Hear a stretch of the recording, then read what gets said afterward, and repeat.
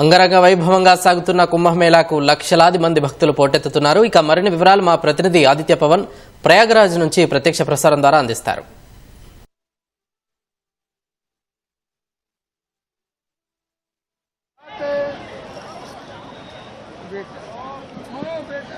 లక్షలాది సంఖ్యలో భక్తులు కుంభమేళాకు వస్తున్నారు.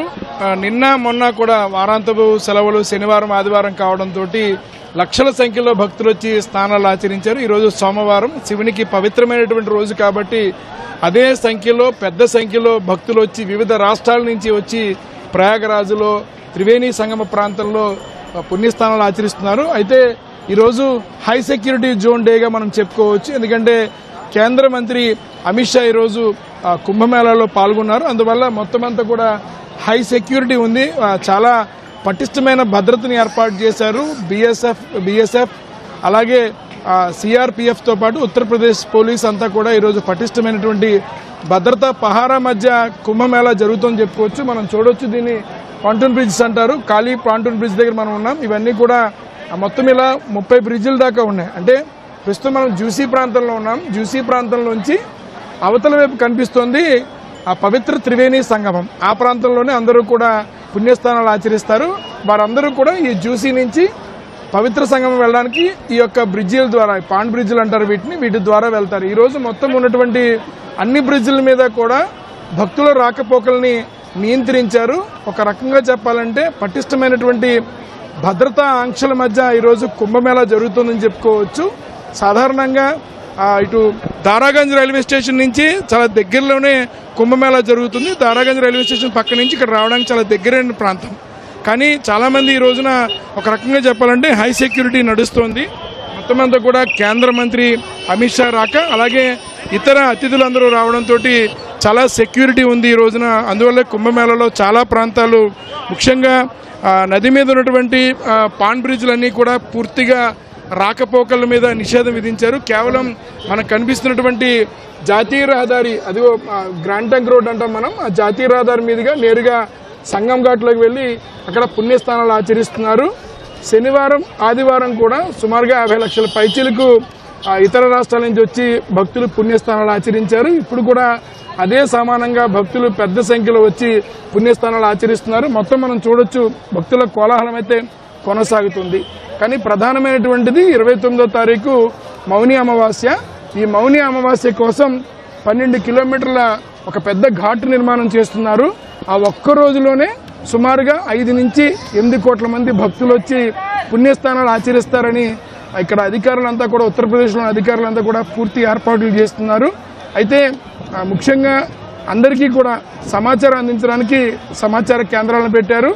2 కమాండ్ కంట్రోల్ రూములు 24 అవర్స్ అంటే మొత్తం 24 గంటలు నిరంతరంగా పనిచేస్తున్నాయి. 240 మంది ఈ కమాండ్ కంట్రోల్ ద్వారా 1138 సీసీ కెమెరాలతోటి ప్రతి అణువు కూడా క్షుణ్ణంగా పరిశీలిస్తూ ఉంటారు.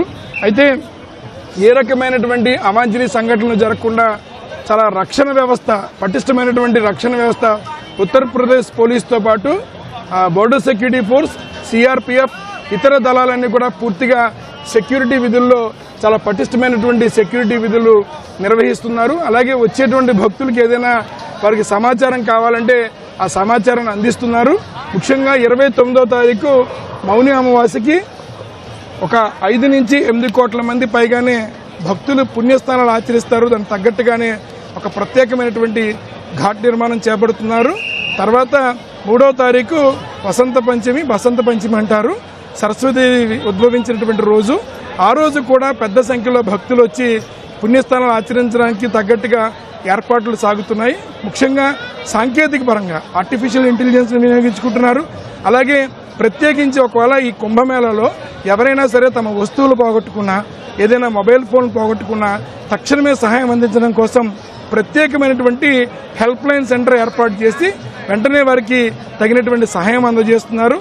సమాచారాన్ని ఎక్కడికక్కడ సమాచారం తెలిసే విధంగా సుమారు ఈ పరిసర ప్రాంతంలోనే ఒక 200 డిస్ప్లేలు, అంటే ఎల్ఈడి డిస్ప్లేలు ఏర్పాటు చేశారు. ఎల్ఈడి డిస్ప్లేల మీద ఎవరెవరు ఏ ప్రాంతం వెళ్ళాలి, ఎక్కడ ఘాట్లు ఉంటాయి, అలాగే ప్రయాణికులు వెళ్ళడానికి కానీ వచ్చిన భక్తులు వెళ్ళడానికి కానీ కావాల్సిన సహకారాన్ని అంతా కూడా ఎల్ఈడి డిస్ప్లేలు తెరల మీద వారికి తెలియజేస్తున్నారు. అయితే కుంభమేళాకి రానున్న రోజుల్లో, అంటే ఈ వాళ్ళ నుంచి మొదలు పెట్టుకున్నా సరే రేపు ఎల్లుండా కూడా పెద్ద సంఖ్యలో భక్తులు వచ్చేటట్టు ఏర్పాట్లు చేశారు. మనం చూడొచ్చు నిరంతరాయంగా, అది జాతీయ రహదారి, నిరంతరాయంగా భక్తులు అలా నడుచుకుంటూ సంగం ఘాట్ దగ్గరికి వెళ్తున్నారు. ఇదంతా కూడా వివిధ దారాగంజ్ రైల్వే స్టేషన్ నుంచి ప్రయాగ చౌకీ, ప్రయాగరాజ్ ఈ సమీపంలో మొత్తం 3 నుంచి 4 రైల్వే స్టేషన్లు ఉన్నాయి. ప్రత్యేక రైళ్లు అన్నీ కూడా వస్తున్నాయి.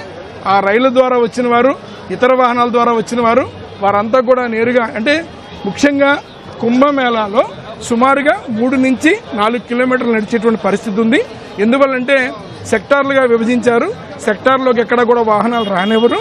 సుమారుగా 3 నుంచి 4 కిలోమీటర్లు నడిస్తే కానీ ఘాట్లు వచ్చేటువంటి అవకాశం లేదు. ఎందుకంటే ఏ రకమైన అవాంఛనీయ సంఘటనలు జరగకుండా, ముఖ్యంగా తొక్కిసలాటలు కానీ ఇతర ప్రమాదాలు ఏమీ జరగకుండా ఉండడం కోసం ఒక పటిష్టమైన భద్రత, మరోవైపు పూర్తిగా అధికారులంతా కూడా సమన్వయంగా ఒక ప్రణాళికాబద్ధంగా మొత్తం ట్రాఫిక్ నియంత్రించడం కోసం ప్రత్యేకించి కేవలం ఈ ఘాట్ సమీపంలోనే 4 పోలీస్ లైన్లు పనిచేస్తూ ఉంటాయి.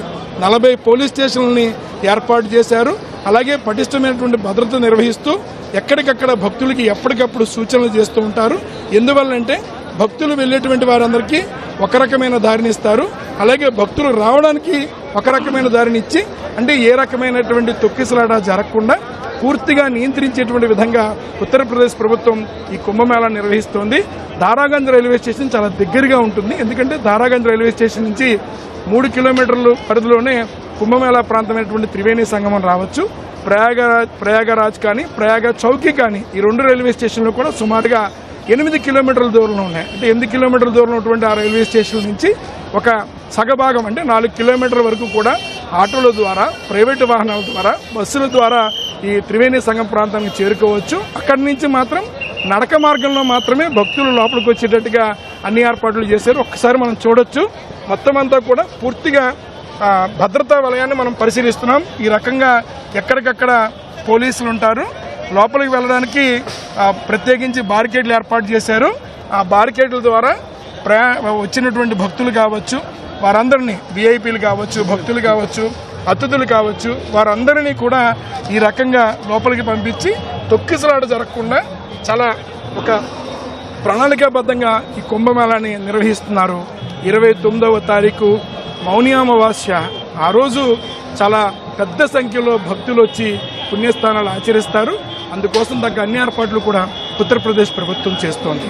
కెమెరా పర్సన్ కె శ్రీనివాస్తో ఆదిత్య పవన్, ప్రయాగరాజ్.